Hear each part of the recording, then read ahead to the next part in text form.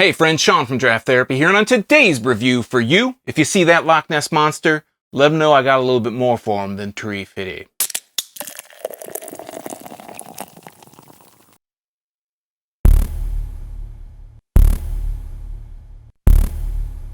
Barrel-aged Ten Fitty is a 12.5% bourbon barrel-aged Imperial Stout from Oskar Blues Brewery in Longmont, Colorado.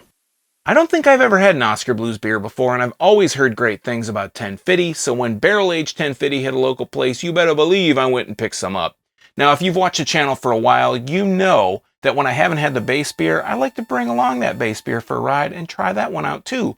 So today is a bit of a twofer, because I've got the regular Ten Fitty here as well, and I'm going to try those side by side. Now, this might be a bit of a wild ride, so I'm going to cut the small talk, cut to the chase, take a look at the labels, and get these into a glass. Fun fact, Oskar Blues is part of a brewery collective known as Canarchy, which includes a few breweries you may have heard of, including Cigar City, and for the Michigan audience, the more familiar Perrin Brewing Company. All right, so let's take a look at the cans, take a look at the labels, so to speak, and then we'll jump right in.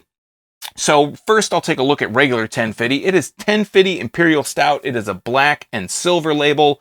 Top is silver. The sides of the can are silver. This is like, it's not a label. It's not a label so much as like a wrap, but it's like printed on the can. And across the top, it says cross-eyed Cyclopean Canupescent. I think I'm saying that right. It has a picture of some mountains with sun rays coming up behind it.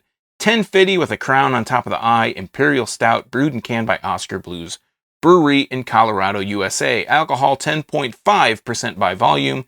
On the side here, it says cans infinitely recyclable. And Oskar Blues is really environmentally conscious.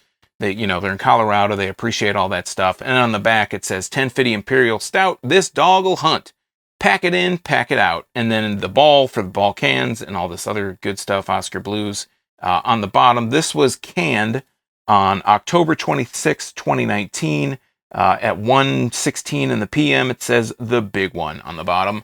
So then we're going to move on to the barrel-aged version. This is almost the exact same, but it's black with a gray kind of outline on it. The can is actually, at least the lid, is a gold-colored lid, not silver like the regular version. And then it is, again, printed on. It's like printed on, it's painted on, basically, on the can. It says Ten Fitty barrel-aged. And then Oskar Blues Brewery, Imperial Stout, aged in bourbon barrels. This is 12.5%, 12 fluid ounces. And then on the back, unlike the regular Ten Fitty, this one just says the exact same thing. And this one was canned on January, I believe it says 16th of 2019. And then it has some stuff about Krampus, Bah Humbug, Krampus. And I can't read the last thing. It says like blood. Krampus blood. There we go. Some of it came off on my finger, but that's okay. I can wash my hands at some point. So, yeah, so we got two of them here, and I'm going to grab two identical glasses. These are kind of like Belgian-style glasses. This might not be the perfect kind of beer glass for this beer, but you know what? It's what I got two of. So that's what we're going to go with. So I'm going to open the regular Ten Fitty first. You're going to see that on the overhead, so let's go ahead and crack it and smell it like I do, because my nose is crap, and I can't always smell very good. So I'm going to smell out of the can here, and yeah, basically I'm getting kind of a bit of a chocolatey kind of smell. It's got a kind of a sweetness to it as well. Let's go ahead and pour this. Coming out very dark out of the can into the glass, collecting, and it continues. It looks like basically when you open a can of oil and pouring that, it's got a little bit more transparent towards the end. Very dark on the bottom of the glass. I'm going to put this over to the side here. Very dark, very black on the bottom of the glass. The head is a coffee-colored head. It's about 2 to 2.5 fingers. I'd say probably 2.5 fingers is fair. Bubbles are on the large side. It got a little bit of a popping on the top. Cross-section really densely compact, as you can see from the overhead. And holding it up to the light, super-duper dark, like black. I mean, very dark. Maybe a tinge of a kind of brownish crimson color to it, but it's very dark. Obviously, I cannot see my fingers through it. And I'm going to take a better nose here on the top of the glass. So yeah, getting in there, I can smell a little bit of I was smelling more of kind of a chocolatey out of the can, but I'm smelling a little bit more of dark fruit out of the glass. I'm getting actually a better aroma here out of the glass. I wasn't getting a whole lot out of the can, but I am getting a lot more of that kind of dark fruit sweetness. So I'm going to set this aside because I'm going to pour the barrel-aged 10 Fitty now. And then I'm going to do the whole kind of routine, the rigmarole again, and then I'm going to taste them side by side. I'm going to start with regular 10 Fitty. Go ahead and crack this and a nose on the can. Yeah, I mean, I smell a little bit more of the barrel this time. It's not super strong. The barrel isn't super strong, but I can tell that's kind of more of the overwhelming kind of aroma that I'm getting out of just directly out of the can. Again, my sniffer isn't the greatest, so I like to pour it and smell out of the glass. Again, very dark. Maybe a little bit darker. Actually, a little bit thinner, because I can see a little bit more through the stream. And that is now fully emptied into the glass. A little bit less of a head, maybe closer to 2 fingers. Definitely not as much head as I had on the regular version. But as you can see, the head is about the same color, coffee colored, a little bit dark brown, super tight bubbles, a little bit of a bursting on the top there, but very comparable in the head. Size, maybe a little bit lower. With higher ABV beers or bourbon barrel aged beers, I notice the heads are usually a little bit less. And that's, again, the case in this one. And holding it up to the light, it is about the same darkness. Maybe that brown is a little bit more replaced by a little bit more of a crimson kind of color. I'm not getting so much of the brown that I was getting with the base beer and giving it a bit of a nose here.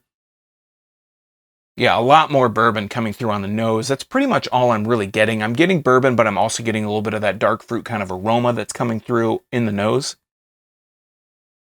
But bourbon kind of pushes the dark fruit a little bit lower down in there. You're getting a little bit more of that barrel, a little bit more of that bourbon kind of aroma. And let's hold these up to the light together. And they're, without being able, I don't have 3 hands or 4 hands, so I can't put hands behind the glasses, and I can't take my fingers off without dropping. So it looks like they're pretty much the same color, but just kind of anecdotal observation is that the barrel aged was a little bit darker, a little bit more red, and the non-barrel aged was a little bit more of a brown. So let's go ahead. I'm going to dive into the regular, then I'm going to dive into the barrel aged. So cheers.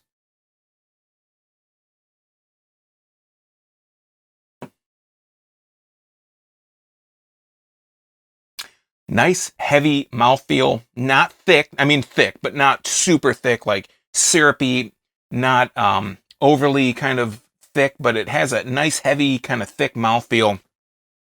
Getting a lot of roasty characteristics, a lot of dark fruit, a lot of roasted malt characteristic.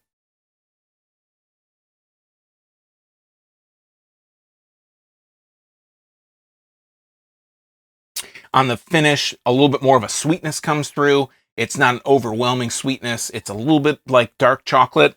The more it kind of sits, the more aftertaste that comes through. The darker chocolate, the more bitter kind of baker's chocolate kind of flavor comes through. But it has a lot of in the open, and actually now I get a little bit more of a kind of a roasty, malted, kind of smoky, almost smokiness to it. But yeah, I'm getting a lot of that kind of roasted malty flavor. I'm getting a lot of the dark fruit and a lot of that roasty kind of aftertaste as well. I'm fairly happy with this on its own. So let's try the barrel-aged version and see how much it's different. Yeah, again, getting a lot of that kind of barrel and bourbon kind of aroma.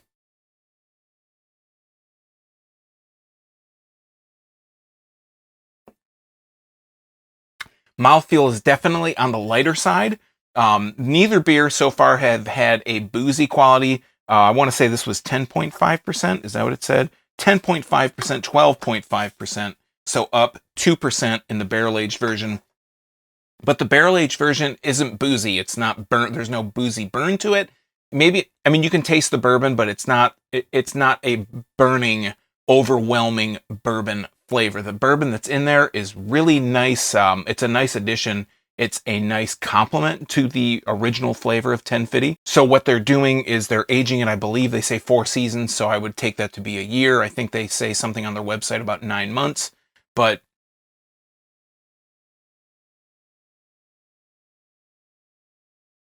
sometimes with bourbon barrel-aged stouts, what can happen is the bourbon just kind of takes over and it kind of replaces all the flavors that you got in the original version, and that's all you taste. And it's kind of, in my opinion, can kind of sometimes spoil the initial kind of great flavors that you get in the non-barrel-aged version.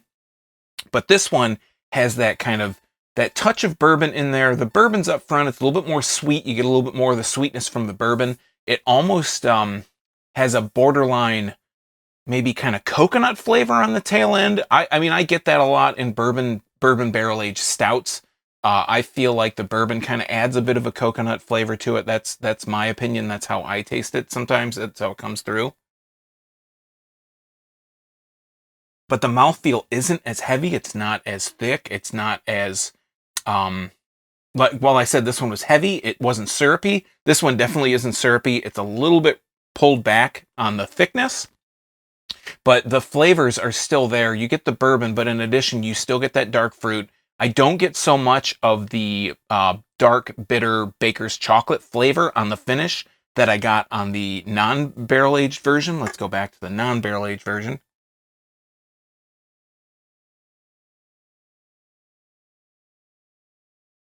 And yeah, even after tasting the the bourbon barrel aged version and then going back, as I talk, I still am getting that, you know, sometimes the barrel aged stuff can really just wipe out all the flavors that follow it. But I'm still able to get a really nice dark baker's bitter chocolate kind of flavor on the tail end on the non-barrel aged version. But the barrel aged version stands out on its own. It's a similar flavor, but it's just different enough that really warrants them barrel aging it, as opposed to, again, some beers, they barrel age it just to kind of say, hey, we can barrel age stuff too. And it doesn't always complement. It more detracts from the initial original beer's flavor. But I really like the sweetness that the bourbon in this one provides. That dark fruit flavor is still there. The roastiness is still there. The roasted malt kind of flavor is still there, but it's not as pronounced.